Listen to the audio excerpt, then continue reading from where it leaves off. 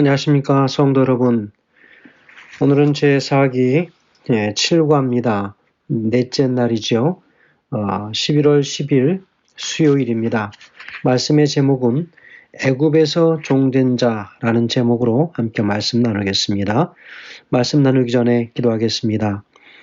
하늘에 계신 아버지 하나님, 오늘 이 아침에 또 새 한날 허락하시며 특별히 하나님의 백성들에게 하나님을 섬기는 참으로 귀한 방법을 다시 한번 우리에게 설명해 주시니 감사합니다. 하나님을 섬기든지 우상을 섬기든지 오늘날 우리가 섬겨야 할 대상을 분명하게 택할 줄 아는 그리스도인들 되게 하시며 말씀의 진리에 따라서 순종하는 하나님의 백성들 될 수 있도록 도와주시옵소서. 이 땅에 살아가는 무수히 많은 백성들, 애굽의 세상 속에서 살아가는 백성들을 하나님의 귀하신 나라로 인도하기 위하여 하늘의 법을 배울 수 있도록 하시니 주님 그 은혜를 감사합니다. 다시 한번 이 아침에 말씀 깨닫고 말씀대로 그대로 따라 주님의 명령에 순종하는 하나님의 백성들 되게 도와주시기를 예수님의 귀하신 이름으로 간절히 기도합니다. 아멘. 감사합니다. 성도 여러분. 오늘 하나님의 말씀은 애굽에서 종된 자라는 제목으로 함께 말씀을 나누겠습니다. 여러분 계속해서 우리가 신명기 5장에 있는 말씀을 우리가 살펴보고 있는데요. 신명기에는 한 가지 주제가 끊임없이 반복되고 있지요. 바로 그것은 무엇입니까?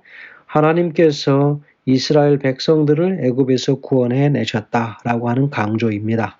왜 그럴까요? 이제 애굽에서 구원하여 내어온 이스라엘 백성들, 드디어 그렇게 40년 동안 광야를 방황하던 그 종지부가 이제 모압 땅을 지나면 가나안에 입성하게 되는 그 상황이었기 때문에 그렇습니다. 특별히 광야 세대들은 이제 지난날 자신들의 모든 그 부조들이 어떠한 삶을 살았는지 잘 알지 못할 것입니다.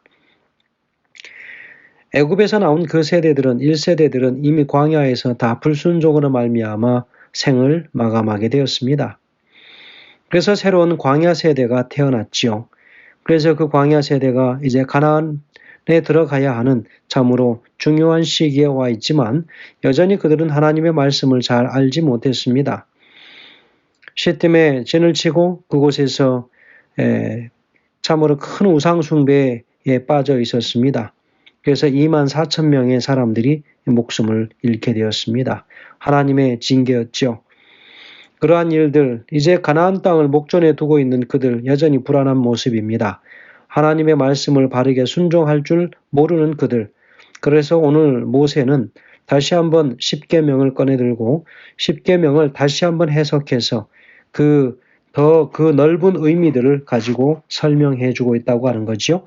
그러면서 그들이 한 가지 잊지 말아야 할 것, 하나님께서 애굽에서 구원해 내셨다고 하는 것, 그들의 모든 신분은 노예였다고 하는, 이 세상의 노예였다고 하는 사실을 늘 잊지 않게 되기를 강조하고 있습니다. 여러분, 우리도 이 땅에 살지만 자칫하면 세상의 노예로 전락하여 사는 생을 살 수도 있다라고 하는 사실을 잊지 말아야 할 것입니다. 여러분, 하나님께서 이스라엘 백성들을 애굽에서 구원해 내셨다고 하는 사실은 이스라엘 백성들에게 있어서는 절대로 잊어버릴 수 없는 사실임을 분명히 기억하게 하십니다. 그래서 신명기에서 계속해서 하나님께서 과거의 그들 조상들에게 또 그들에게 어떻게 은혜를 베푸셨는지를 상기시킵니다. 그래서 신명기 26장 8절에 기록하기를 여호와께서 강한 손과 편팔과 큰 위엄과 이적과 기사로 우리를 애굽에서 인도하여 내시고 라고 강조하고 있습니다. 그래서 하나님께서 은혜로 노예 생활과 압제로부터 백성들을 구원해 내시는 출애굽의 이 사건은 구약뿐만 아니라 신약에도 끊임없이 반복해서 강조하고 있습니다. 미가서 6장 4절에는 이렇게 기록합니다. 내가 너를 애굽 땅에서 인도해 내어 종노릇하는 집에서 속량하였고 라고 그렇게 기록하고 있습니다. 여러분, 신약 성경에서도 이 출애굽한 이 사건에 대하여 특별히 그것은 상당히 많은 종류의 다양한 의미로 해석하지만 특별히 그 큰 구원의 상징으로서 이 애굽에서의 종되었던 삶에서 탈출한 출애굽 사건을 강조합니다. 히브리서 11장 29절에는 강조합니다. 믿음으로 그들은 홍해를 육지같이 건넜으나 애굽 사람들은 이것을 시험하다가 빠져 죽었으며 라고 기록하고 있지 않습니까? 그러면서 오늘 신명기 5장에서는 특별히 5장 6절에서 22절까지는 10계명에 대하여 강조하면서 아주 폭넓게 의미들을 해석하고 있습니다. 모세는 일곱째 날 안식일에 아무 일도 하지 말고 쉬라 이야기합니다. 넷째 계명의 기본적인 내용을 언급한 후에 추가적으로 강조하고 있습니다.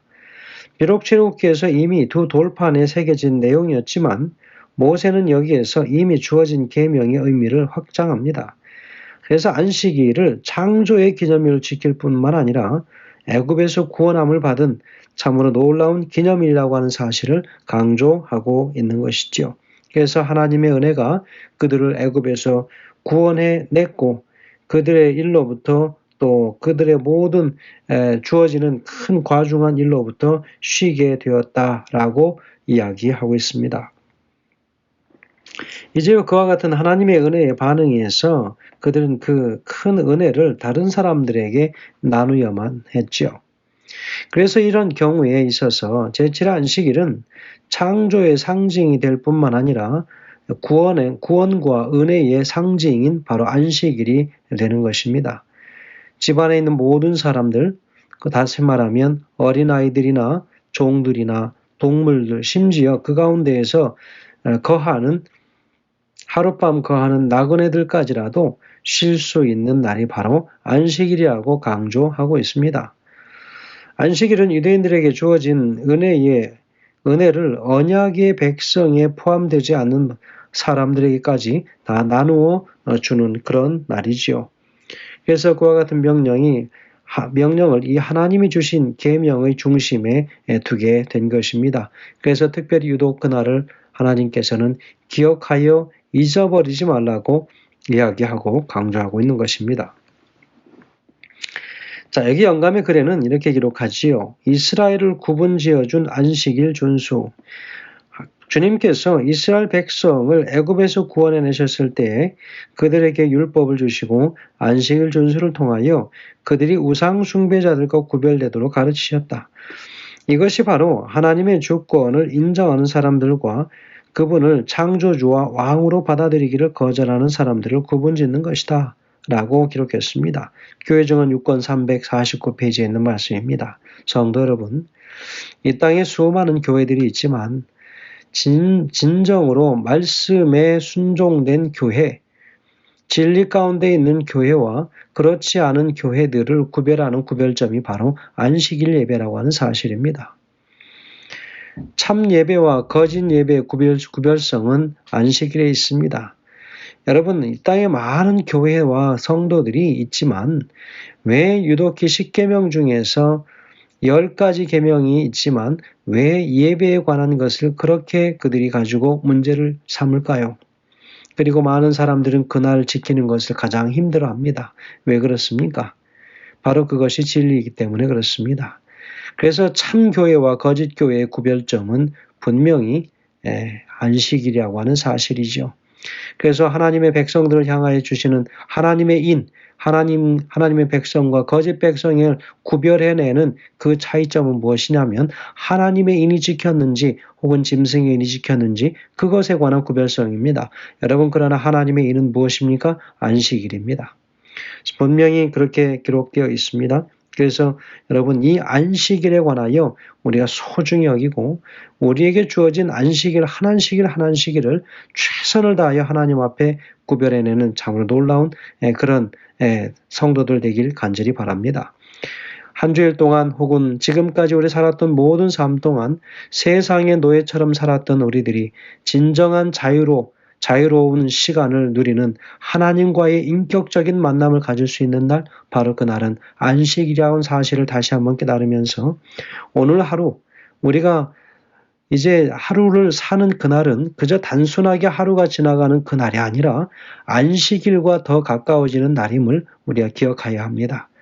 그래서 안식일을 위하여 준비하는 한 날이고 또 안식일에 하나님 앞에 해결되어 준 모든 마음의 무게를 위하여 오늘도 오늘 우리에게 주어지는 많은 시험과 또 그런 많은 투쟁들에서 싸워 이기는, 그래서 오늘 우리가 하나님 앞에 지은 모든 것들에 관한 마음의 짐들이 깨끗하게 해결받는 오늘 하루가 되게 하셔서 하나님과 동행하는 하나님의 백성들로서 참된 구별성을 오늘 갖는 하루가 되시길 간절히 바라면서 말씀을 줄입니다. 감사합니다.